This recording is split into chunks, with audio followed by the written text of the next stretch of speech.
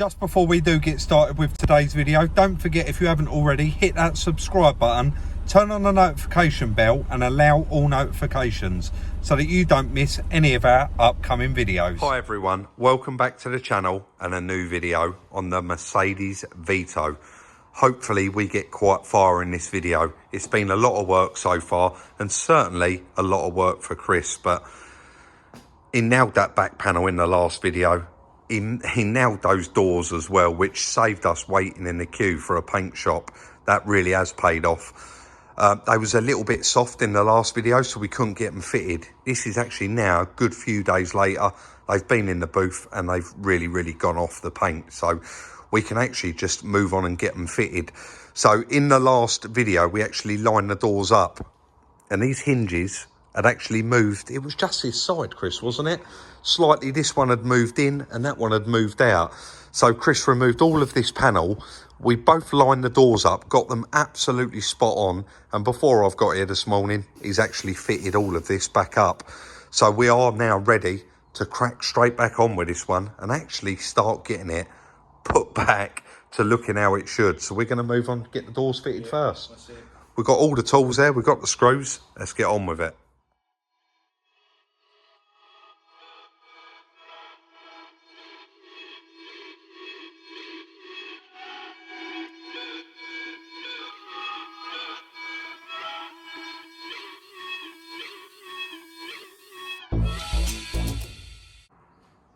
Believe it or not, probably the easiest doors to hang. It is just literally 6 bolts, guys. Look at that van. Honestly, it's amazing really that Chris has done all of that. It amazes me. I know it does amaze quite a lot of you guys as well, but he's done all of that and we bolt them doors on and you're never going to tell. You'd never be able to tell that's had a smack. It was never really hard anyway, but changing all of that and putting it back completely to standard. So I'm off out. Sorry to interrupt, but yeah, it is a shame really, it's all covered up anyway. Yeah, on the inside. Yeah, I don't know if you've shown it yet. Oh, it was all masked up last time. Shown that yet? Nah, it was all masked up. But yeah, so you can't actually see any of it. The whole lot is completely covered, yeah. But it's got to be. But we know it's been done, Chris, and we know it's done correctly.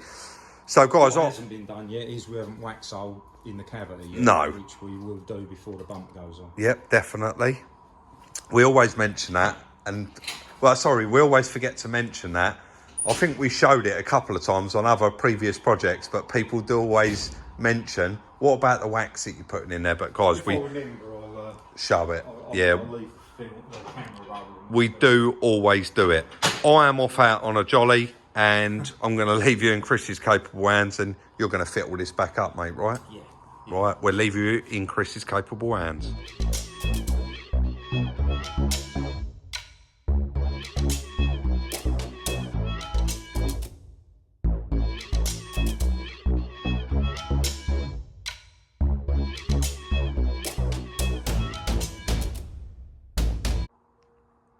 Now we're talking, nearly there with it. All back together, everything's back on. Apart from, inside this door, we got the panel here that goes on. But if you remember from the first video, there actually wasn't one on this door. But Chris just said, it's actually exactly the same in reverse. So he's just gone to make a cup of coffee and he's going to cut one of those out of a bit of, I think, I can't even remember, but we took a bit of hardboard out of something and Chris made, out of that piece of hardboard we saved, he has made 2 new ones for the rear doors of that little Citroen that's just gone, and he's going to be doing one for this. But yeah, guys, all completely back together. Everything's bolted down here. All the little caps covering the screws. It really has come along very quickly now that the doors are on and it's all painted. Chris is going to move on to the rear bumper. It's quite straightforward. I'll help him lift that on. And I'm going to be down here, as you can see, fitting, better watch my toolbox on that door, fitting the new seat belts. The driver's one is very easy to install, very easy. But guys, let me show you this passenger one, because I didn't actually show it when I took the seatbelt apart, and it was a nightmare. Can you see I've got part of the seat rolled up there? I had to actually unbolt the whole seat. The middle seatbelt comes through here, but to get to it, actually bolts in the bracket down there. So you have to physically put your arm right up there and then get your other hand in the top and just grab the seatbelt and pull it up through. So little bit awkward to do, but they're all stripped out and it's ready to have the new ones put in. I'm going to get on with that and Chris is going to do the bumper.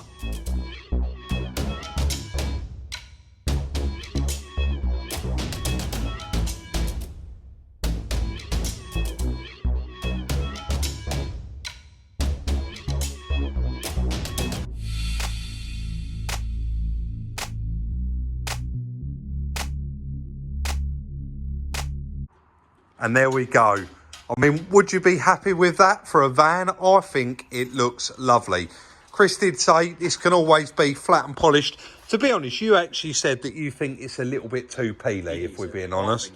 So guys, I don't know if you can actually see the peel on it, but to me, when you look at the side of the van, it's very peely anyway, but Chris said that you do think they want just a little bit, I think. Flatten and polishing, but hey, to me, it looks lovely. Back bumper's all on there. The back bumper is far from in mint condition. It's got a lot of little nicks and bits on it, but it is a 2017. We always say it's allowed to have a few marks around it. So, that's it, Chris. All the back's done, apart from you are going in the wood workshop a little bit later, and you're going to do that. And Chris is going to have to actually paint those as well, because the new one is it's just going to be a wood colour. So they're going to be a little bit darker. But moving inside, I did say they wasn't easy, but you can see now. Set of seat belts, they're all in there. And the last thing really bodywork wise to do is to actually have the front bumper off and have a look. We know by this little gap that's opened up here and how tight it is here, this wing has moved back slightly. But we are hoping that we can undo it and it'll all just sort of fall back where it needs to go. But I do keep saying to Chris about this gearbox problem, and he just said, well, let's try and get it on video anyway, Rob, because regardless, we're going to be doing the gearbox. I'd like to hear it and see if I know what it is and if it is definitely the gearbox. So he just said, let's go out and have a quick run in it, because genuinely, you've only got to be doing 50, 60 mile an hour in 5th and 6th gear. And I had to listen to it all the way home, and it really wasn't nice. So let's get it out on the road and see if you guys can pick it up on the camera as well. Guys, just out on a little run, that's 3rd gear. Hopefully you can hear it on the camera. 4th, wait for this, Chris. We get out off the slip road first.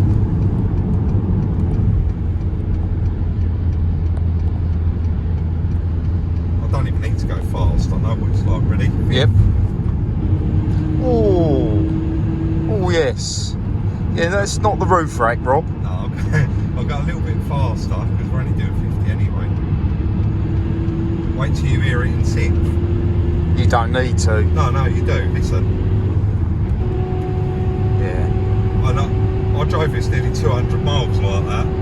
You know me, I don't really have the radio on, but I had to I feel myself shouting, it's that loud, yeah. Look. And that, it dipped the clutch and it's gone. So it's definitely gearbox, isn't it? Yeah. Apart from that though, lovely van. Honestly, it does drive nice, you can see there's no wobbling or anything. Yeah, you know what that is, Rob? Been a gearbox too long, mate. That's exactly But it's definitely not the roof rack. We had a couple of people said probably the roof rack. Do you know why though? In all fairness, my van, yes, I was moaning about the noise. Not as bad as that. No, people was like, Rob, that be your roof rack, mate. I was like, nah, it can't be. Took it off. Beautiful now, my van. Yeah. Yeah, well, you need a gearbox in that, mate. Definitely. Apparently, guys, drop it in the comments, because we haven't looked yet. We probably would have looked, actually. Bit 6th again. And then back to 4th, look. Quiet as anything. Yeah. Drop it in the comment section. Apparently, Vauxhall 6-speed or Renault 6-speed gearbox.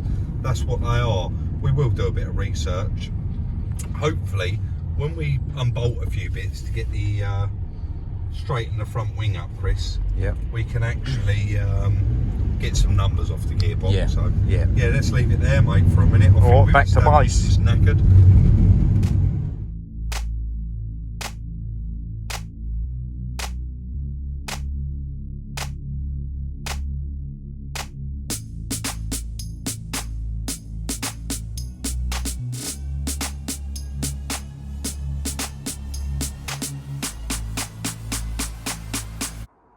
So I think you would agree, definitely gearbox got a nasty whine there in fifth and an atrocious whine in sixth. And when I say I drove that home nearly, I think it was 171 miles, and that was all you could hear all the way back. It was terrible. Anyway, what we're going to move on to is actually get those rear panels fitted, and we're going to strip the front end off, check for any damage behind the front bumper, and then try and get this front end lined up, get this gap opened back up, because you can see it with the impact that has actually just touched that door and then it's popped back again. So what we're going to try and do is actually get that all lined up and get that spot on again before we're going to need to do a gearbox on it, but we can get it up on the ramp, check how the gearbox comes out, what's got to be dropped out of the way, what's got to be left off it, etc. Because ultimately, if we get the front bumper off and it makes things a lot more accessible, then we probably would end up leaving it off. But I guess we're not going to know until we get stuck in and actually start stripping some bits off it. So let's crack straight on with it.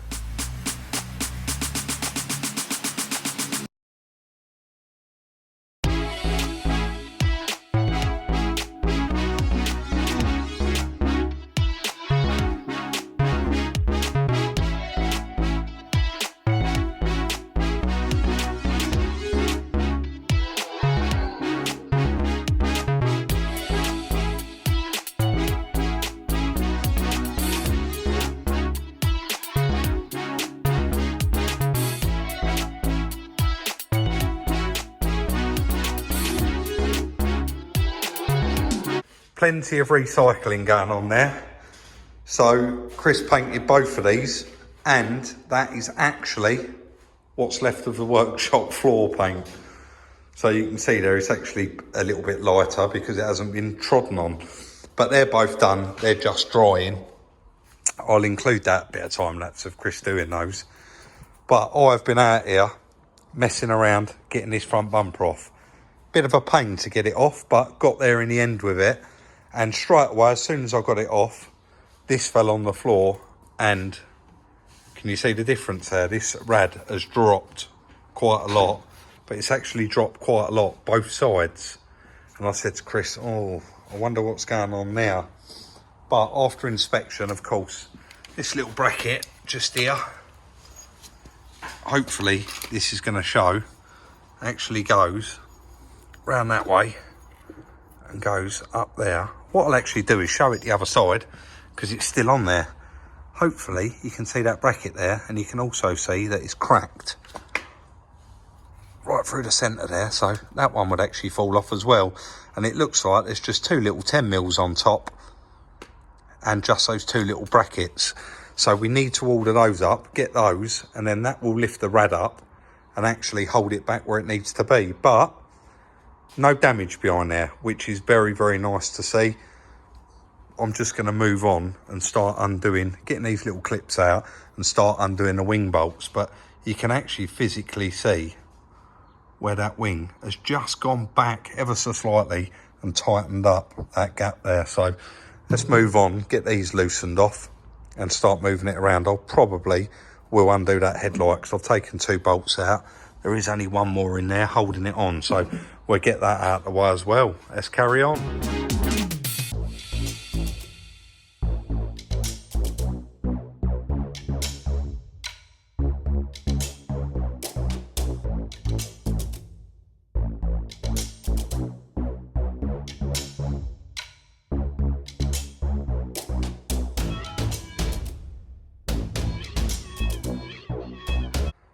Well, that's typical. I've managed to undo the two top bolts here. There's not one at the bottom. But the bolts at the back there, I need to actually open the door, and I can't open the door while it's up on the ramp. So we will have to get it down on the ramp shortly and pull that forward.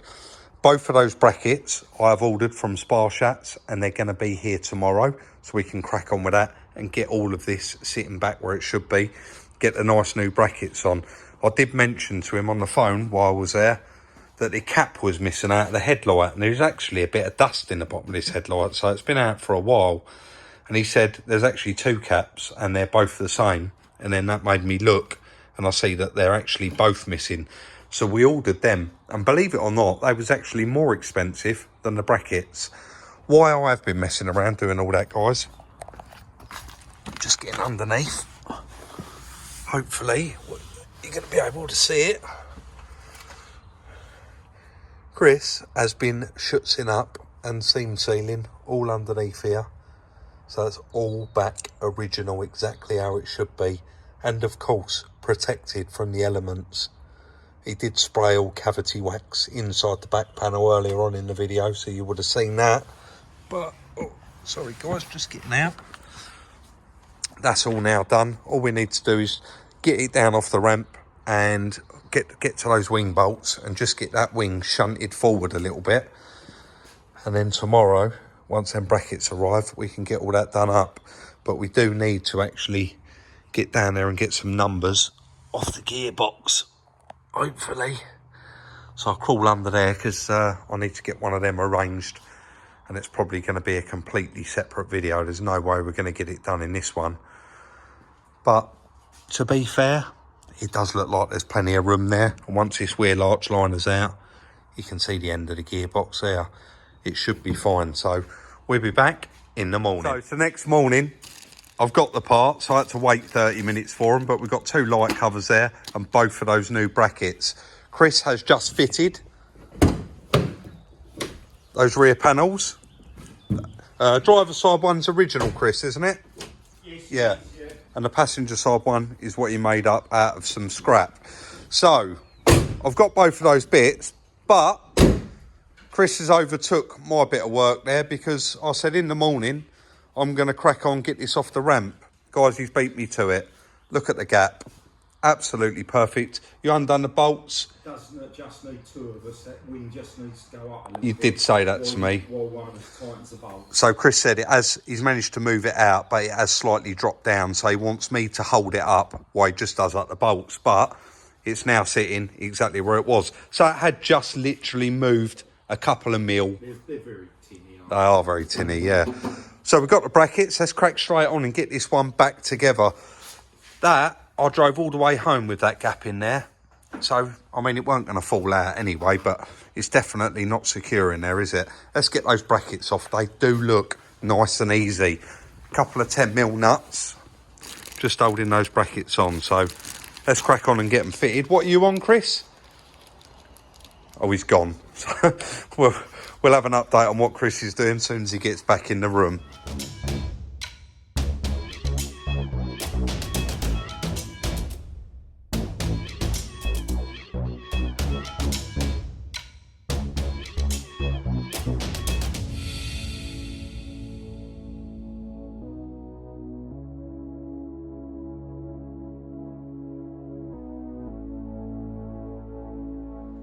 How painful was that bit of time lapse there to watch?